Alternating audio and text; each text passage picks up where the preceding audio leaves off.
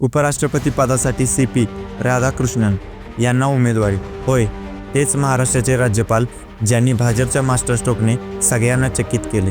जगदीप धनखड यांच्या राजीनाम्याने सगळ्यांचं लक्ष होतं पुढे कोण, इंडिया आघाडी कोणता चेहरा देणार. पण भाजपने सगळ्यांचे अंदाज चपलात घालून राधाकृष्ण यांना पुढे केलं. आणि हा निर्णय का खास आहे? कारण एकाच दगडात 3 पक्षी मारले जातात. CP राधाकृष्णन कोण?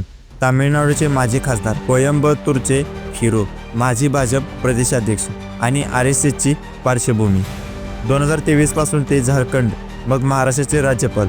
पण उपराष्ट्रपती हा ट्विस्ट कोणालाच अपेक्षित नव्हता. तर पहिला डाव तामिळनाडूचा. 2026च्या निवडणुकीत भाजपला तिथे डबल डिजिट जागा हव्यात. राधाकृष्णन यांचा तामिळनाडूत दबदबा आहे, विरोधकांशी मैत्री आहे. यामुळे स्टॅलिन यांच्या DMKचा प्रश्न पडलाय. आपल्याच माणसाचा विरोध कसा करणार? भाजप म्हणतोय तामिळनाडू आम्ही तुमचेच. दुसरा डाव म्हणजे OBC कार्ड. राधाकृष्णन हे OBC समाजातले. 2014 पासून मोदींनी OBCंना जवळ केले. धनखडही OBC होते, त्यांना हटवल्याने नाराजी होऊ शकली असती.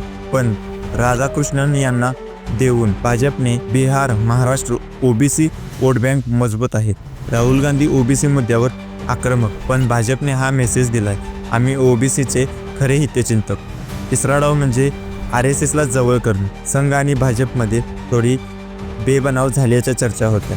2024च्या लोकसभेत बहुमत गेलं कारण संघाने ग्राउंडवर साथ दिली नाही असं बोललं गेलं. दक्षिणेत निवडणुका येत आहेत, संघाची गरज आहे. राधाकृष्णन हे संघाचे माणूस, त्यामुळे हा निर्णय संघाला खुश करणारा आहे. मोदींनी लाल किल्ल्यावर संघाचं कौतुक केलं, नागपूरला भेट दिली, सगळं सेट. मित्रांनो, दक्षिण OBC आणि संघ एकाच उमेदवारीत साधलं. इंडिया आघाडी आता काय करणार? तुम्हाला काय वाटतं? कमेंटमध्ये नक्की सांगा आणि फॉलो करायला विसरू नका. धन्यवाद.